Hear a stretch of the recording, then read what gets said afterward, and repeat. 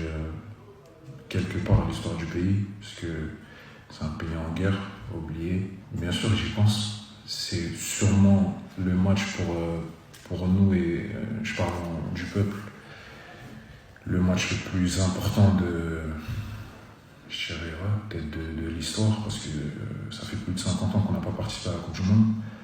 Il reste une marche et il ne faudra pas se louper. Si on arrive à battre la Jamaïque ou la Nouvelle-Calédonie, je pense qu'on peut changer quelque part l'histoire du pays, parce que c'est un pays en guerre, oublié. Et si on peut redonner des sourires et de l'espoir au peuple, hein, c'est magnifique. On sait que notre groupe au Congo, on va dire l'étendard. Le peuple se reconnaît beaucoup avec l'image qu'on porte, et j'espère de tout cœur qu'on va gagner ce match pour donner sourire au peuple et pour pouvoir jouer la Coupe du Monde. Les Congolais, où est-ce qu'on va se rejoindre pour soutenir l'équipe nationale du Congo le 31 mars? Pour ceux qui ne sont pas branchés, la République démocratique du Congo va peut-être participer à la Coupe du Monde. On ne connaît pas encore notre adversaire, mais on sait que ce sera le 31 mars.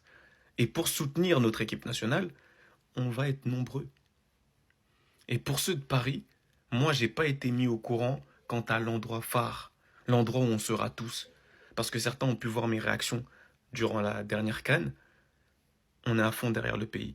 Et là, on a envie de soutenir, on a envie d'aller à la Coupe du Monde. Et une fois à la Coupe du Monde, on pourra encore plus mettre en avant ce qui se passe dans notre pays, parce que le football, de nos jours, est devenu politique, même si, dans ma pensée, il l'a toujours été.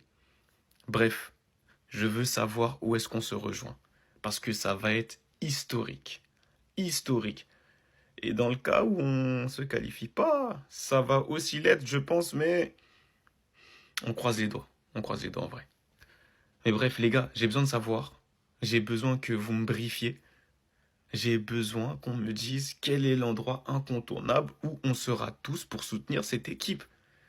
Ça va être la première fois qu'on ira à la Coupe du Monde. Est-ce que vous réalisez? Enfin bref. Le 31 mars prochain, on va peut-être assister à un début de révolution du côté de la RDC. Et écoutez bien, parce qu'on peut vraiment être à un gros tournant. Malgré l'élimination en 8e de finale lors de la dernière CAN, la RDC est clairement revenue en force sur la scène africaine ces dernières années, surtout avec sa demi-finale en Côte d'Ivoire qui les a vraiment remis sur la carte. Mais là, on passe encore à un niveau supérieur, on parle d'une Coupe du Monde, et ça pourrait changer absolument tout pour la RDC. Ça serait une première depuis 1974, et là, ça serait l'argument ultime pour convaincre les pépites binationales de rejoindre les Léopards. On va pas se mentir, la RDC, c'est l'un, si ce n'est le plus gros vivier de binationales sur le continent, à toutes les lignes. Dans les cages, on a déjà Obed Nkambajo, 22 ans et qui vient tout juste de sortir une très grosse perf face au PSG. En défense, c'est également jeune, talentueux et très prometteur, avec des gars comme Mawissa, El Shaddai ou encore Kumbedji. Au milieu de terrain, Warren Bondo, Benzunzi, la pépite de Leipzig ou encore Milambo qui est actuellement blessé mais qui joue en première ligue. Faut pas oublier Seny Mayulu, le jeune parisien pourrait pourquoi pas suivre le même chemin que son compatriote Ibrahim Baye avec le Sénégal et choisir la RDC. Et devant, là encore, il y a clairement de quoi faire avec des gars comme Dylan Bakwa qui découvre la première ligue et sort d'une très belle saison avec Strasbourg. Et surtout Arnaud Kalimundo, à 23 ans, l'attaquant de Francfort pourrait être le successeur parfait d'un Bakambu qui arrive petit à petit sur la fin. Et là, j'ai vraiment cité que les noms principaux. En cas de qualif, c'est pas seulement une équipe que le Congo aura, c'est une génération qui, sur le papier, va faire partie des meilleures équipes africaines sur les 10 prochaines années. Donc en cas de qualification à la Coupe du Monde, lequel de ces joueurs voulez-vous voir avec les Léopards? Et comme je l'ai dit, il y a un grand nombre que j'ai pas cité. La RDC à la Coupe du Monde 2026. Bakambu dit ceci: il n'y a pas un jour où je pense au barrage des Mars. Mais bien sûr que tu dois y penser. Tous les jours, même de ta vie, mais ne te mets pas la pression. Hein. Ne te mets pas la pression, sois calme et autre. Et puis il continue, j'en changerai tout pour cette qualification à la Coupe du Monde. On va aller là-bas pour rendre fier la RDC. Bien sûr, vous allez nous rendre fiers. C'est ça votre mission. Vous partez pour la guerre et revenir avec la victoire. Tout ce qu'on veut, c'est la qualification à la Coupe du Monde, peu importe les moyens. Mais on doit se retrouver au Mondial 2026. Et même Massakou s'est exprimé à ces sujets en disant: si on arrive à battre la Jamaïque ou la Nouvelle-Calédonie, je pense qu'on peut changer quelque part l'histoire. Tu penses ou bien on va changer l'histoire? Non, ne pense pas. Parce que si vous gagnez normalement, vous allez changer l'histoire. Vous allez changer l'histoire. Vous allez nous rendre fiers. Donc tout ce qu'on veut, c'est la victoire, peu importe les moyens.